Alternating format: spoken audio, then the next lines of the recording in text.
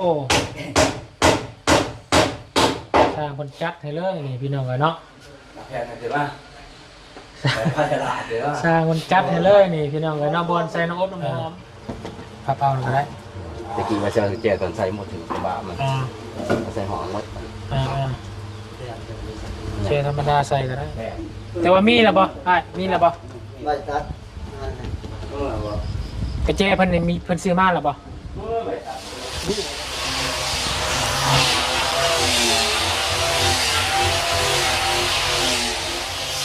ยังมีผู้สาวน้ำมูอยู่รุ่นเจ้าเขามีอะไรคนแล้วบ่จะเอายังมึงเมียก็มียังบ่ได้ไปหาได้เหมือนกันบ่บ่มักไปจังซี่บ่แต่ว่าสมัยนี้เขามักปาร์ตี้เฮ็ดยังไปบ่ไหมเก็บสุดละ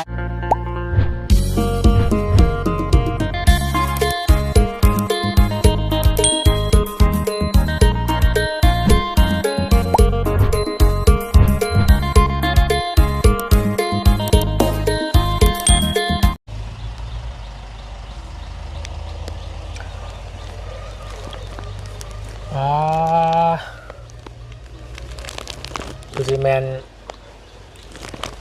เรียบร้อยเรียบหรือว่าปิดจ็อบแล้วมันนี่เบิ่งแต่การแต่งตัวของสร้างเฮานี่เนาะฮะปิดป่ะโอ้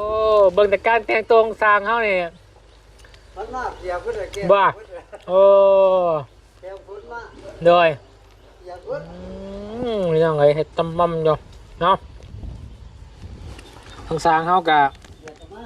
เปียกกะมาฝนตกกะท่อบ่ถอยเนาะเพื่อความจะให้งานมันสำเร็จสำเร็จแบบสมบูรณ์เนาะเปียกกะมาหลังชูฟ้าหนาชูฝนกะบ่อยู่เพื่อปิดจ็อบของเฮือนใหญ่ส่วนเรื่องเทพื้นนี่ก็จังว่ากันเนาะสร้างเนาะจังว่ากันว่าทางเฮาสิมีงบซอยน้องคนตืมหรือบ่หรือว่าจังใดเนาะเดี๋ยวรอติดตามเบิ่งนำกันอีกเทื่อนึงเนาะกินข้าวกินน้ำล่ะยังอยู่ยังเปียกอยู่ยังเปียกอยู่ใช้ในของเคลื่อนมาไปใช้ล่ะไปบันดงไปบันดงไปซื้อฟองน้ำมาให้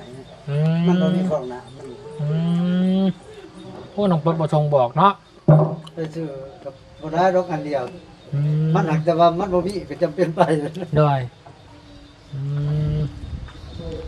น้องปประชงบอกเนาะโอ้ใส่เสื้อมาหาเลยยังไม่มีใครมาทีมงานเขาเป็นคนแรก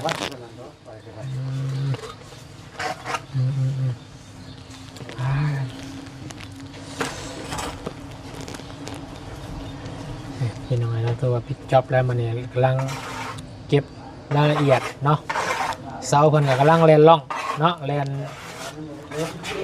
ยังบ่แล้วเพิ่นกำลังเรียนแล้วเป็นยังไงเนาะแทนคลองเหลี่ยมเสาหมายมันเป็นเหลี่ยมเป็นนี่เนาะมาสร้างเพิ่นกำลังเรียนอยู่เป็นยังไงเพิ่นไปแต่โดนแล้วบ่าย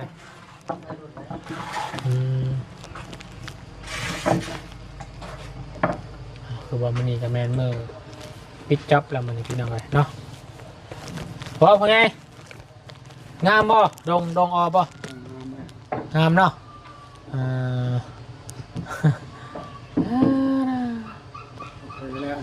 ฮะโอเคเนาะเดี๋ยวนี้บ่ได้ไปเฮ็ดเวียกหรอบ่ฝนตกเนาะเจ้ายามอยู่ธนาคารหรอบ่ยามออกแล้วออกแล้วเอาบ่ไม่เอาคนเท่าจักปีเลยเจ้า60 ปีแล้วโอ้แม่แล้วบำนาญแล้วเนาะบำนาญแล้ว60 ปีถือว่าคนให้พักแล้วเนาะ60 ปีแหละเนาะหอดเกณฑ์หอดเลยประตูอันนี้ได้พี่น้องเนาะขางเฮือนน้องปั๊บที่เพิ่นเป็นเจ้าของโพนไว้เนาะ พ่นไว้ตะกี้อยู่นี่ได้พี่น้องเลยวันนี้บริสุทธิ์ร้อยมาให้ทำได้จางเลยเนาะ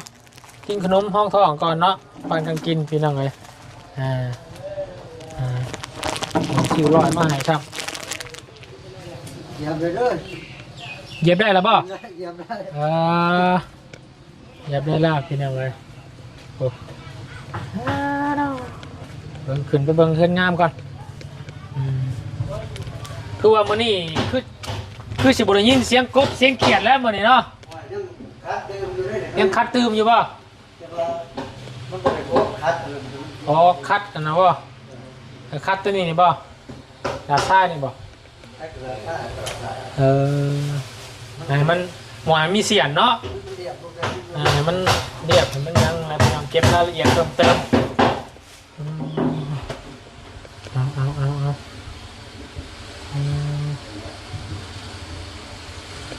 าคักแล้วนี่พี่น้องเนาะอันนี้ประเทศยังบ่อนเนี่ย โอเคแล้ววันใส่ข้าวน้ำหอมน้ำอบน้ำหอมไป โอ้สร้างคนจัดให้เลยนี่พี่น้องเนาะ แพงกันเถอะป่ะแต่ผ้าฉลาดเถอะป่ะ สร้างคนจัดให้เลยนี่พี่น้องเนาะบอลใส่น้ำอบน้ำหอมหรือว่าบอลสั่นกระเปียงน้ำแดง โดย ทำไมดีสร้างเด้อก็สร้างเป็นเฮ็ดละเอียดให้ดีนี่พี่น้องเนาะถึงใจจะคลองเฮือนหมดแล้วนี่โอ้เคยเห็นได้ดิพี่น้องเนาะเคยเห็นได้สร้างคนจัดให้แบบนี้เลยเนาะคัก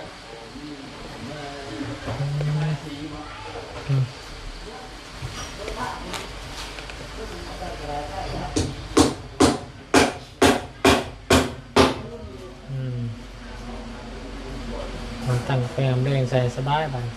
อยู่บนตั้งทีวีโทรทัศน์เสร็จแล้ว แต่เมื่อวานเมื่อคืนเราบอกให้ได้ วะ วางเอ้ยให้ได้ด้วย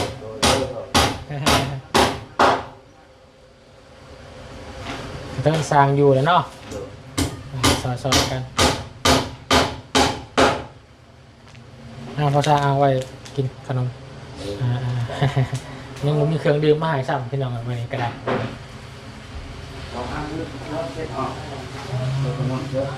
เชียวถึงนาทีก็โอเคเชียวมัน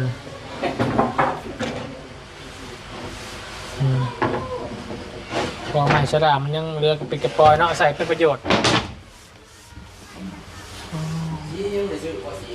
ชี้ตัวใดก็อ๋อยังเดี๋ยวเธอบอกบอกวางงมข่อยเบิดแล้วทาเบาเชียงก่อนเด้อ บ้านสีแดงสีแดงเอามา ให้เนี่ยมันแล้วมือนี้ได้เนาะซื้อมือนี้ได้พี่น้องผมสร้างอยู่เดี๋ยวจะบอก มันหนอดได้ยังบอกเลย บอกอ๋อน็อตตัวนี้น้ำนอกโอเคยังรายเติบเนาะ ยังหลายตัวนะ โอเค มา30จาก30ฝ่ายจากก็เป็นกันได้หมดเลย ประมาณ20ปลายตัวเนาะ30ตัวโดยสิ ปรับมันลงอยู่ ได้ ได้แล้วโอเค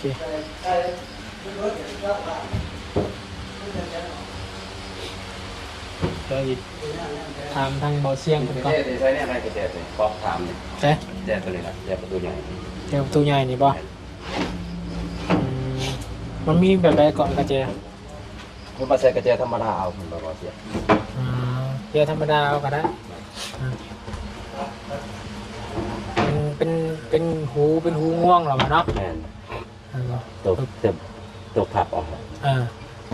พับเอาก็ได้ ตะกี้มาใส่กระเจี๊ยบตอนใส่หมดถึงกระบะมันมาใส่หอมหมด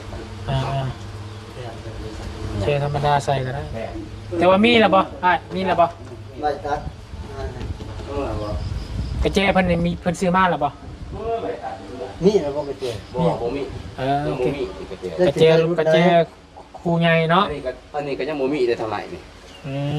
ทางไหนนี่บ่มี โอเค มีแต่ทางนอก เลย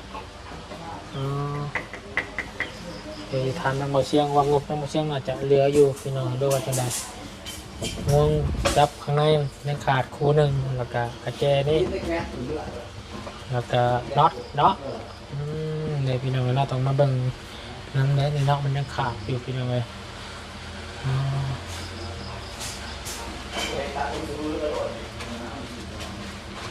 ขาดอยู่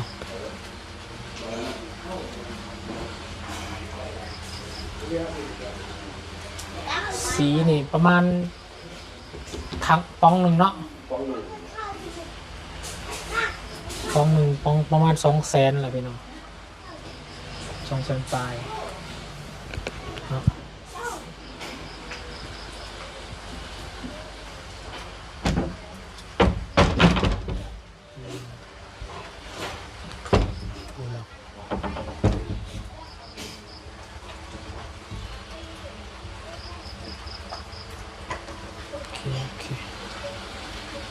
โอ้ปิดสะดวกสบายพี่น้องเนาะผมมีคัดผมมีของพักนะ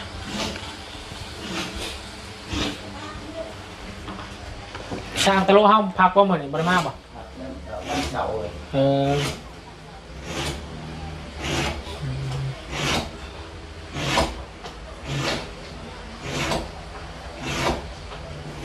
เศษกีดเข้ากับมันก็ต้อง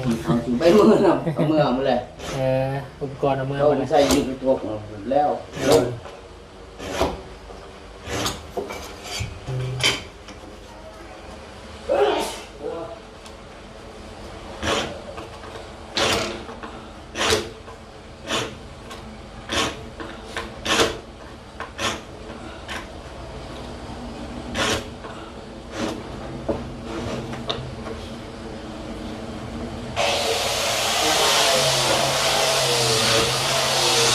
บันทึกทุกอย่างได้เลย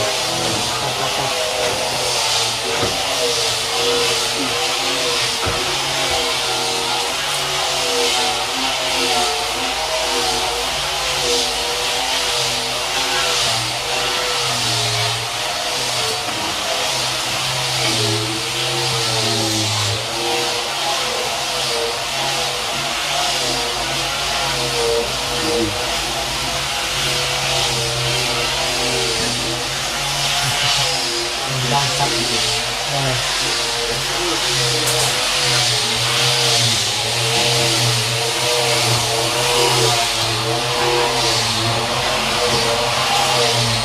พักกันเลยพักได้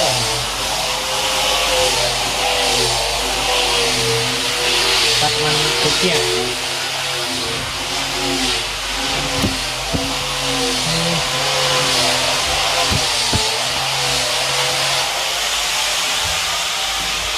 พุ่นพี่น้องพุ่น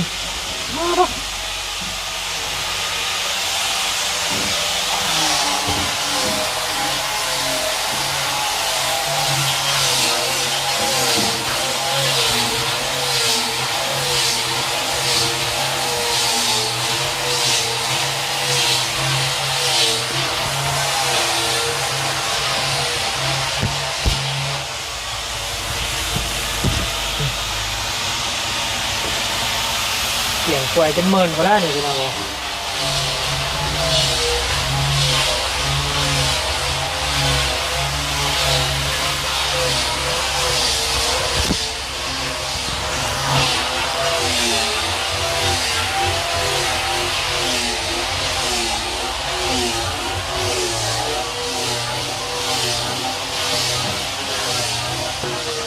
๋ยวไว้พรมลงมาลุมก่อนว่ามัน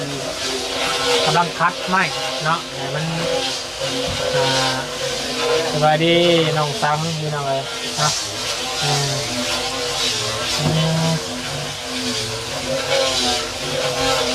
ขอบคุณมีแต่เดี๋ยวโทรออกทางเบาเสียงก่อนพี่น้องหรือว่าทีมงานมีใครยังยิงงบเพื่อน้องป๊อปแม่กันให้ซึ่ง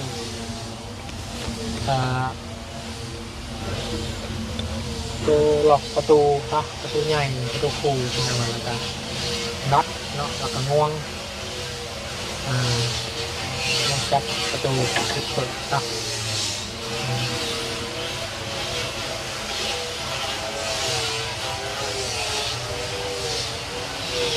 ตัวภาพโดยรวมคือว่างามดีดีมากเลยเนาะทั้งเรื่องน้องป๊อปกันมุมนี้ก็งามมุมนี้ก็งามเปิดหับโศกตลอดน้องคนกันเลยป้าคนตรงคำน้องคนจ้าน้องป๊อปยังมาอยู่ด้วยน้องเนาะสร้างให้ไปซื้ออันนั้น ซื้อยังก็ฟองหน้าเนาะมาปัดจะมันเรียกอยู่ทางบันได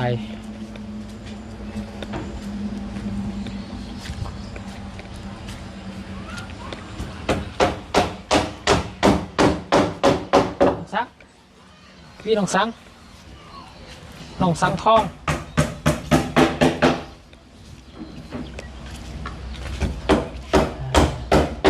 ถามความรู้สึกน้องสังก่อนพี่น้องเนาะไปไหนน้องสังเนาะดีใจบ่ ดีใจ เพื่อนงามเลยฮะ ดีใจเจ็บคอ ผู้สาวมาเล่นเทือนกับบริอ้ายแล้วบัดนี้เนาะฮะตะกี้ผู้สาวมาเล่นเทือนบกกล้าพามาพอนั้นเนาะ ด้วยบ่มี ฮะโอ้มีหกเช้าบ่ บ่มีหมู่ซ้ โอ้ยโมเลยเป็นยังคือโมมีโมเป็นยังคือโมมีโม ำบ่มักไปลินเลย มีตัวเพื่อนเนี่ย ด้วยบ่ได้เรียกไปเรื่อย ไปเรียกกับเพื่อนนี่เนาะ ๆด้วย ต่างคนแท้ที่ไหนเนาะเพราะว่ามาเรือกับเพื่อนน้องเพิ่นก็อยู่เพื่อนโมเยื่องก็ไปให้ได้ส่วนนึงนะมันมีเพื่อนงามแฮงแล้วป่านนี้เนาะ ด้วย เดี๋ยวว่าบริคอยซุ้งซิงกับภายนะเนาะ ด้วย สักปีหรอกับปี 17 17 ด้วย ยังมีผู้สาวน้ำมูอยู่ บ่มี รุ่นเจ้าเขามีอะไรคนหรือเปล่า ก็เอาอยู่ ยังมึงเมียก็มี ด้วย เดี๋ยวบริไปหาได้เหมือนกันป่ะ บ่ โมมักไปทั้งสี่ป่ะ ด้วยแต่ว่าสมัยนี้เขามักปาร์ตี้เฮ็ดหยังไปบ่ว่า แต่สุดท้ายวัยรุ่นเขามักไปเล่นไปปาร์ตี้ ด้วย เจ้าบ่มักนั่นเนาะ ด้วย